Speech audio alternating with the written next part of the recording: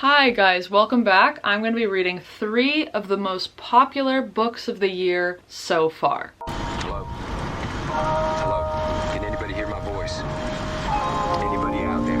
Anybody hears me, please respond. I was supposed to film this intro a few weeks ago. By now, I've actually already read the books that I'm going to be talking about. I just want you to take a journey with me for a second, use your imagination, pretend like I'm filming this a few weeks ago, because I'm going to pretend like I'm filming this a few weeks ago. So Goodreads put out an article called Readers Hit New Books of the Year So Far, and I have decided to read a fantasy, a horror, and a general fiction from that list. And my choices are When the Wolf Comes Home for horror, The Night and the Moth for fantasy or romantasy, and Wild Dark Shore for general fiction. Spoiler alert, I don't actually read one of these books, but it's for a very good reason. You'll see in a few minutes. You'll see in a handful of minutes. So now you're gonna go watch me read the books, and I am about to take a 20-second break, and then I'm gonna go film the outro. So I'll see you there.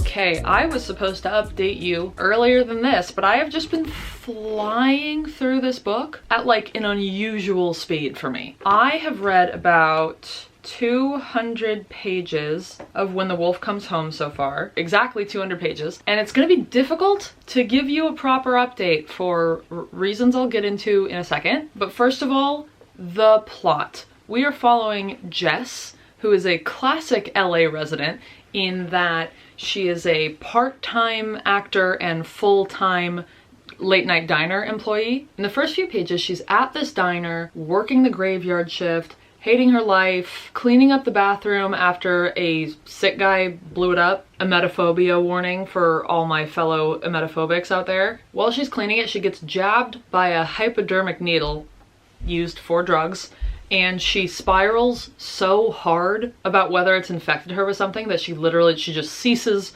all executive functioning. So she goes into freeze mode, autopilots her way home, and winds up finding a little boy in the bushes outside of her apartment who's like dirty and sad and clearly has also had a rough night. She's trying to figure out what to do with him when Man Bear Pig comes and destroys her apartment complex and anyone who lives in it. And so she finds herself on the run with this little boy. And that's kind of where I have to stop giving you specific updates, because this book plot twists so hard that kind of anything I say will wind up being a spoiler. I will tell you that I thought, based on the cover, wait, where is he? There he is.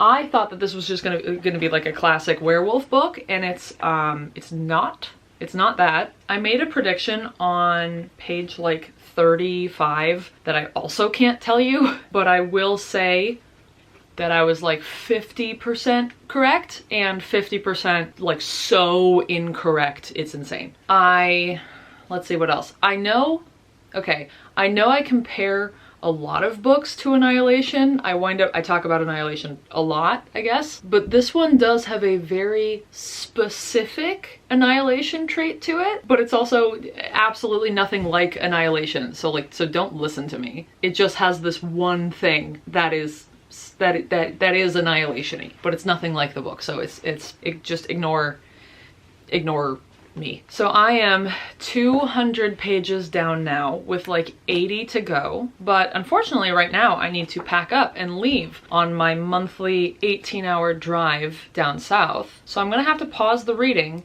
even though I really don't want to, until I either get to my hotel room or home tomorrow night or something. And that's pretty much it. I feel like I haven't said enough about this book. I can't say shit because of spoilers, but I feel like I'm not doing my job here correctly. Whatever, I guess. I'll see you after the drive. Bye-bye. It's 2 a.m. I've been driving for 8 hours. My ass is asleep. I'm going a little bit crazy, and all I could think about for the last 8 hours, all I've been thinking about is how much I want to be laying in bed reading When the Wolf Comes Home. I have like 80 pages left. I tried so hard to get it finished before I left, and I couldn't do it. And now it's been 8 hours, and all I want is to be in a bed, anywhere, any bed, reading the end of this book. But it's 2 a.m. and also I want to be asleep. But driving this much is not for the weak.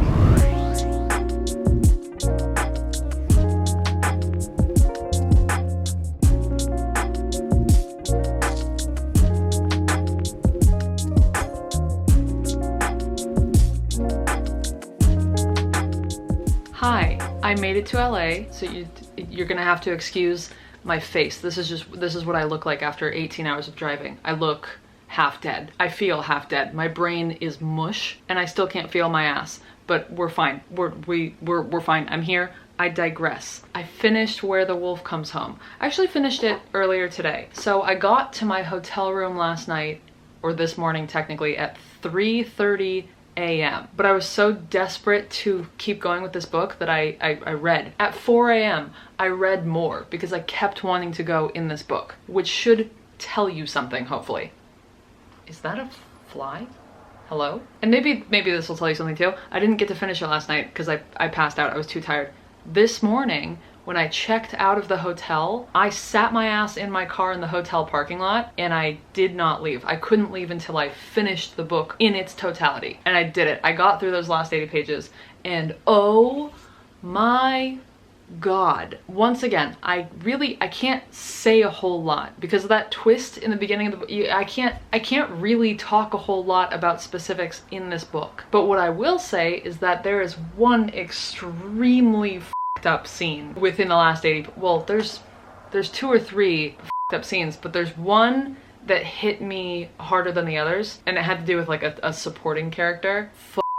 Up. For anyone who's read the book, it's chapter 46. It's just a 1-page chapter. I hated it. I mean, I loved it, and I hated it. And then the very final page, where are you? The very final page, or the final 2 pages, I had to read that like 5 times over to try and figure out what the I was looking at. And like, I still don't know. It's very much like an up to interpretation kind of an ending. But if what is happening is what I think is happening and what everyone else on Reddit is what they, if it's what they think is happening, damn, Nat Cassidy. And now I've read 2 Nat Cassidy books in the last few weeks. I read Rest Stop also. I was supposed to be filming a Can I Finish My August TBR video, and then I got sick.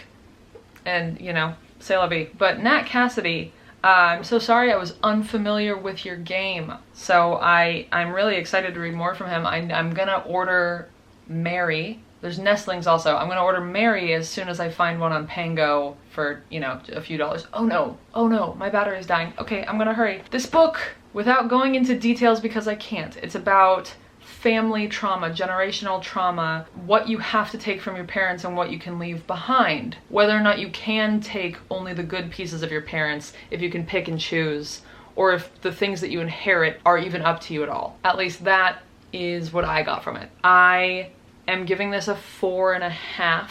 I don't do 0.25, 0.75 star. I don't do those anymore. So 0.5 is the closest thing to a 5. I didn't quite feel like a 5 star for like no discernible reason whatsoever. It just didn't feel quite like a 5 star, but a strong 4.5.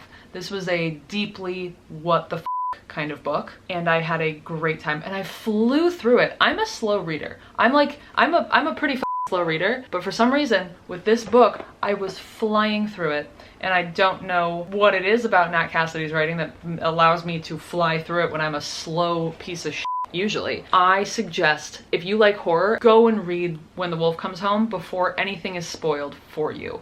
I would have hated if I went into this book already knowing the weird little twisties that go on. Okay, and I guess tomorrow I'm gonna start one of the other 2. I'll figure it out then. Okay, love you, bye. 2,000 years later. I don't even know how to start this clip.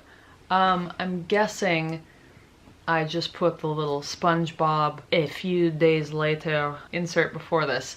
It has been a few days. I had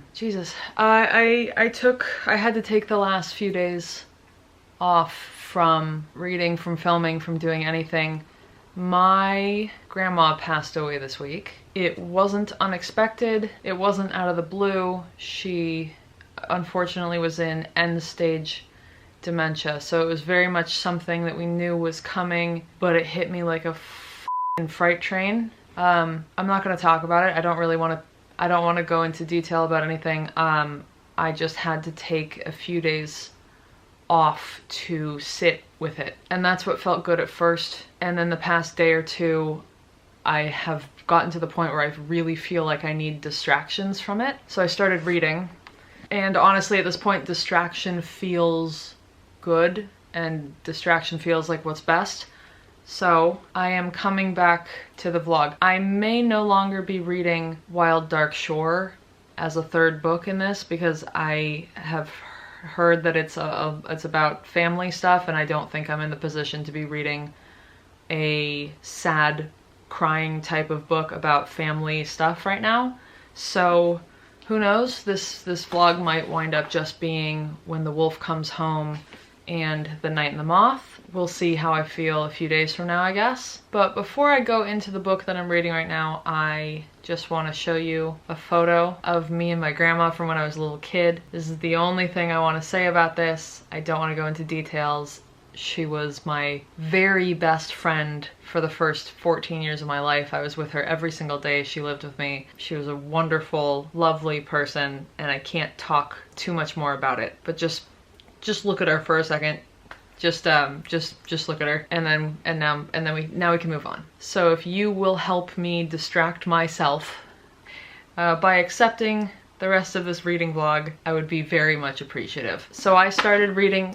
That was loud, sorry. I started reading The Night and the Moth.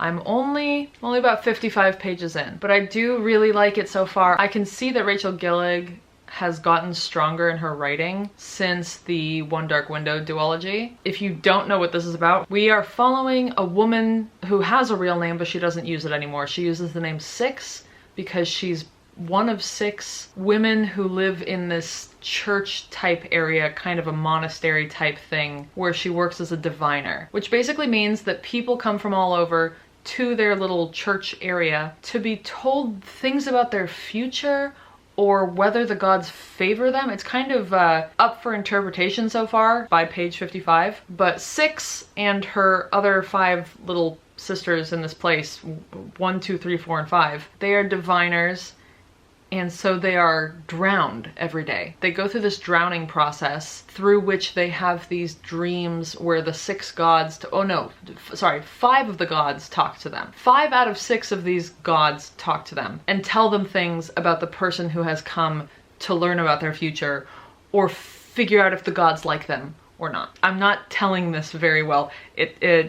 Just bear with me. I was nervous at first that this was like a nun situation and that we were gonna have an environment with like 6 naive, innocent girls who don't know about the world. And that's not the case at all. That is not the case. These girls smoke and drink and f***.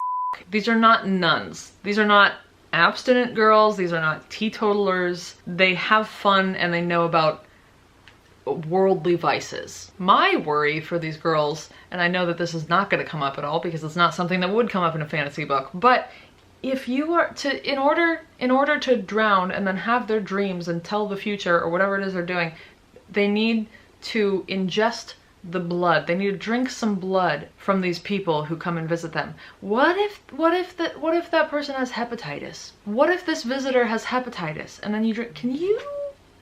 Can you transfer hepatitis by drinking someone else's blood? Yes, you can get hepatitis by drinking the blood of someone who has hepatitis. So what if some ass comes in, has hepatitis, you drink their blood to tell their future, their omens or whatever, and then now you just have hepatitis. I don't think that's gonna be a plot point in here, but like, maybe. Who knows? Perhaps. That'd be what I was worried about. Also, so far, what's your name? We met the dude who's gonna be the love interest, which, by the way, it could have also been a lady love interest because our girl 6 is a bisexual queen. We meet the dude who's gonna be the love interest. His name, oh, what was your name? I don't want to look it up. I want to know it. I want it to come to me. His name, he had a big stupid name and then he shortened it. Rory. His real name is like, is Roderick Mycenius. Mycenonius. It's like Roderick Mycenonius or something, but he says, call me Rory. He is a knight. He's BFFs with the king. There's this new king, this 17-year-old boy king, but regality works different in their land. I think that the knights choose a king, but being the king is not something to like shout from the rooftops. The diviners are higher up than the king, but whatever it is, we have this 17-year-old boy king and like 40 knights that travel around with him. And Rory, is that what I just said? Yeah, Rory is one of his bottom knights, his main dude, along with this older woman named Moth, also a knight. Rory is immediately a little about things. He's immediately got the vibes. And I don't mean that in a good way right now. He's giving asshole. He's just being a dick to be a dick. He doesn't believe in the diviners. He doesn't give a shit about what they do. He doesn't think that they're important. He insults 6 like more than she's ever dared to be insulted in the whole time that she's worked as a diviner, because no one dares to insult the diviners. They're looked at as kind of these almost mythical beings. They wear shrouds over their eyes at all times so no one can see their eyes, to kind of cut them off from humanity, so that the general public does not see them as humans just like you and me. They see them as these divine creatures. But Rory comes in and he's like, I don't give a fuck about you. I don't believe in your cause. I don't believe in this bullshit. And then 6 is like, I've never been this insulted in my life. And also I'm trying really hard not to look at your muscles when you take off your shirt. So it's pretty obvious that that he's gonna be the love interest. And I am on page 55-ish right now. I'm just starting chapter 5. They're about to sneak into town and go to a party, I assume. It's been a really good book for distractions from the craziness of real life, which maybe has to do with losing a family member, maybe has to do with political violence, some crazy. All in all, it's been a really exhausting week. So it's a good distraction. I'm gonna go distract myself some more. I'm gonna read a bunch. I will probably update you more tomorrow morning, unless I get too sad again or I just don't feel like it yet. Okay, love you, bye.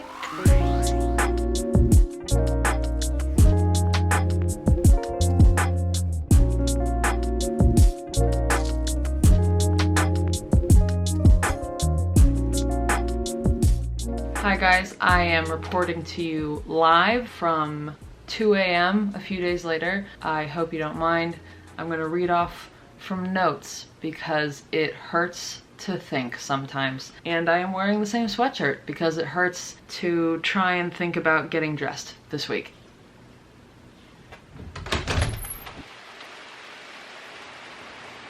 It just started pouring rain. Can you hear that? It just started absolutely pouring. Cool. Anyway, it hurts to think, breathe, or get dressed, but we persist. I'm like 200 pages into The Night and the Moth at this point, and I'm happy to report that it is in fact good at distracting you from grief or the horrors of the world. So let's talk about it. First of all, I love the sisterhood aspect in the first part of the book. I wrote a little note to myself saying, this is like if Manon and her 13 were happy stoners from Throne of Glass. I also love that 6 is a strong bitch. She tackles the love interest Rory, she tackles him to the ground at one point. Not in like a sexual way, but like she bests him in a battle of strength. I am so deeply over the I'm so teeny tiny and my man is so huge shtick. I'm over it. I'm done with it. I'm very happy to have a heroine that is strong, that is muscled, that is not this teeny tiny little like Sabrina Carpenter sized stick figure. Third, I love the gargoyle. And I know that this is probably what everyone is talking about in their reading vlogs, but I would die for the gargoyle. He's strange and funny, and he says weird shit, and he kind of reminds me a little bit of Drax from Guardians of the Galaxy. He calls everyone Bartholomew for some reason. Everyone is Bartholomew to him. And maybe this is because I was just watching one of her videos, but the gargoyle, don't take this in the wrong way, the gargoyle reminds me a little bit of Jordaline. Not for any like gargoyle reasons, but because of the fact that she, in every one of her videos, she calls us, the audience, Tiffany. So to the gargoyle, everyone's Bartholomew. To Jordaline, we're all Tiffany. I do wish that the gargoyle was given a name. I feel bad just calling him the gargoyle and not being able to name him. It feels like dehumanizing kind of, but he's not a human. So I guess it's okay to dehumanize not a human. I love the vibe so far. I love the medieval-ish kind of aspect. I do love the fact that we have knights. Without a doubt, Rachel Gillig's writing has gotten stronger since the One Dark Window duology. I'm liking this a lot more than I did. I mean, that duology for me was like a 4-star overall, and I'm liking this one better than the duology so far. I also think that there's like exactly the right amount of humor interspersed. I am not a big lover of comedy in books. I think a lot of times it's done wrong and like in a really cheesy way. I think this is the perfect amount. The gargoyle is a perfect foil for all the seriousness of everything else that's happening, and the way that the gargoyle and Rory play off each other is especially great. Speaking of, I really like Six and Rory. He's an ass and she sucks, but I like it. I like the ways in which he's an ass. I like the ways in which she sucks right now. There's a lot of room for growth, and I can see it starting to form. The world building is not the greatest, but like, I don't care. Like, I don't feel like I'm missing anything. I don't care to know more about the outside world or the rest of, we're on this like tiny little island. That's all that we get. And we don't even get the best world building within that tiny little island. But I don't care. I don't care. I'm having enough fun with the plot and with the characters that I don't give a shit that we're missing some world building aspects. I do feel like I can predict some very specific things that are going to be happening throughout the plot, and I'm kind of wishing I had just made this like a full spoiler vlog so I could talk about it. But I'm gonna keep my predictions up here, but some of them are making me nervous. Oh, also on this little island, I don't think I've said this already, the island is divided into what reminds me of divergent factions. There's this one town down here, and it's just a town full of woodworkers. Every single person in that town is a woodworker. And then someone here in the Colson Fair, all they care about is money. And all they do, it's merchants. They make and sell shit.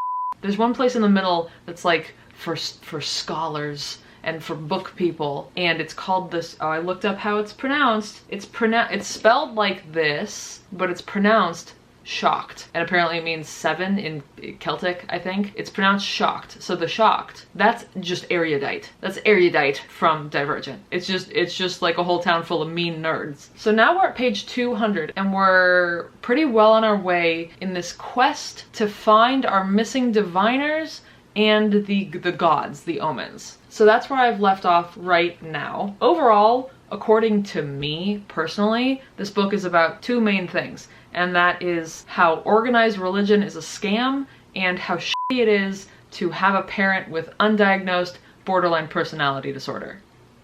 And that's all I'm gonna say about that. 6 is going through like a personal growth and self-love journey as we're going on this quest, and someone gives her a line that absolutely came from my throat. You don't need to be good or useful to be cared for. Such a simple line, but like, are you talking to me? Are you talking to me? Anyway, the very last note I wrote down before I came to talk to you was, this is a 5-star book, isn't it? So let's hope I didn't just jinx that.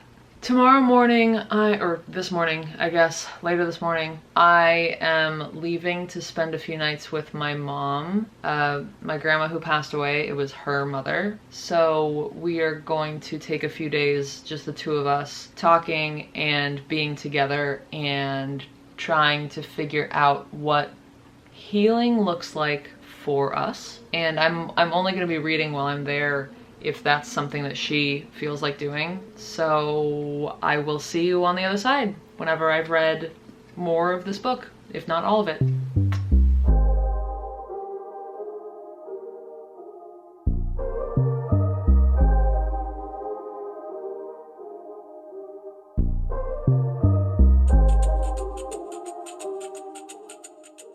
Okay, I just left. Oh no, come on.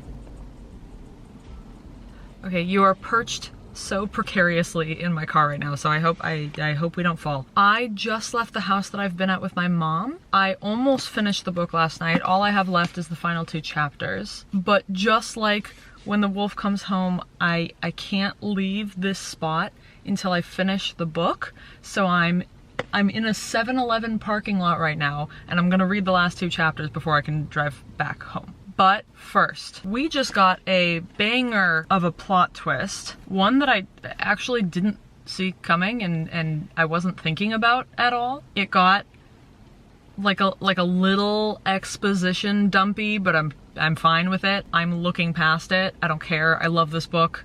I can't see it. We also finally got horny, which was a really weird thing to be reading while I was reading next to my mother, and we were both reading to distract ourselves from grief, but it is what it is. Rory is my favorite type of man, the desperate, openly yearning type. Once he realizes that he's been a dick to Six, he apologizes verbally, unprompted, and then proceeds to be like the most desperate man on the planet. Complimentary. I have never said this before in my life, but I would pay good money for Rachel Gillig to Midnight Sun this bitch. I would love to get all of Rory's down bad, yearning ass thoughts. I would pick up a Night in the Moth, Midnight Sun so fast. Also, if there's any background noise that you can hear, if you can hear cars going past, it's because, you know, I'm in a busy 7-Eleven parking lot, so hopefully we're doing well right now. What else? What else has happened that I can tell you about? I love our found family. It's kind of like found family in the extreme. I love our little Avengers team that we have going on. I still absolutely know something that's gonna go on in the last 2 chapters, but I don't, like, I know that it's coming, but I don't understand how it's coming. I don't know how it's gonna come about. There are 2 specific parts where there's all this talk about memory and memory loss and battles with time, and it was a little bit difficult to read in the direct aftermath of losing a grandparent to dementia, but I tried to disconnect my personal experience as best as I could. If you are hypersensitive to that kind of stuff, you know, be cautious. I think it's really not big at all, and I think I probably only picked up on it because this just happened this week. So maybe it won't have the same kind of affect on you. But I was reading this and it hit me in a specific spot. She said, but nothing was eternal and I could never go back home. Death fluttered over the world like a breeze, stirring our hair, and I knew it well. And I think any other week that wouldn't have made any kind of impact in my brain, but because of where I'm at and because in this moment I feel like I know death well, a little rough. They also meet someone, page 356, they also meet someone who asks Six, who begs her basically, please end my battle with time. I can't do it myself. Help me end my battle with time. And that just slips like too neatly into the dementia battlefield. I'm just gonna skip past those parts. I'm gonna forget that I ever read those parts. And so now I'm going to read the last 2 chapters. What are you? The last 1 chapter. Okay, I have one chapter left. I'm gonna read the last 10 pages in good old Clarice here before I start driving again. If I haven't officially introduced you, my car's name is Clarice, so that when I approach her, I can greet her with a "Hello, Clarice," Silence of the Lambs style. So this is her. Welcome to Clarice. So let's go.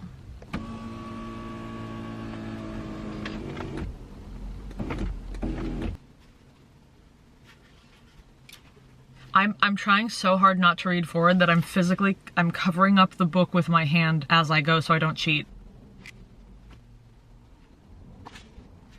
I just wrote in my book. I never write words in my book. I only underline. I just wrote just what? I know I'm gonna regret writing in my, I can't. Goodbye. How could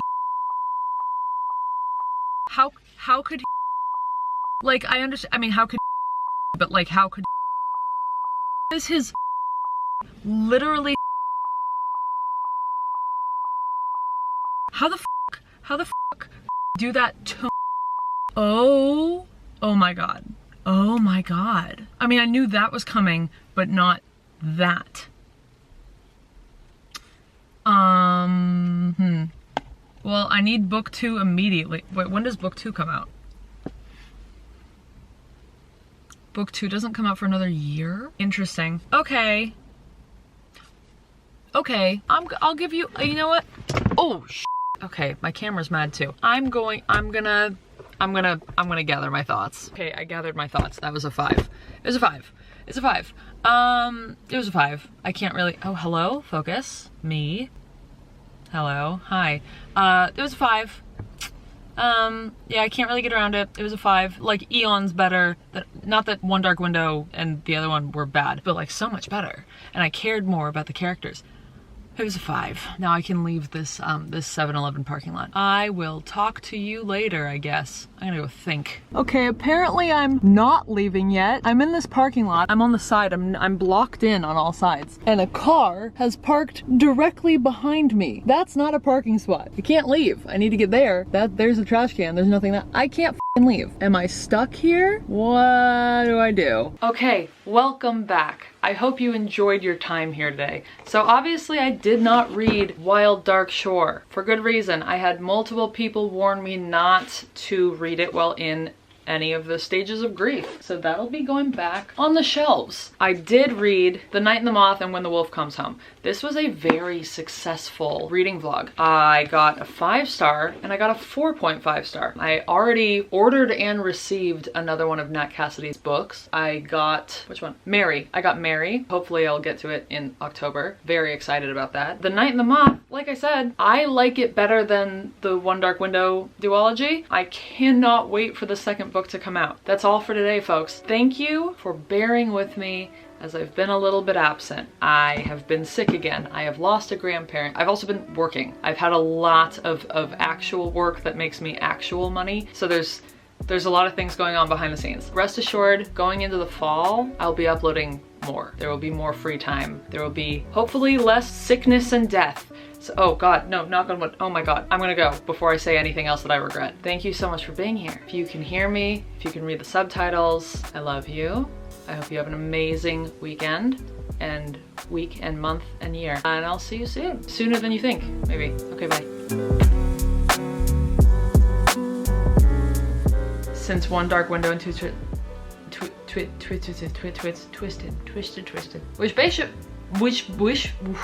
He's giving bitch. But I would die for the gargoyle. For the gargoyle.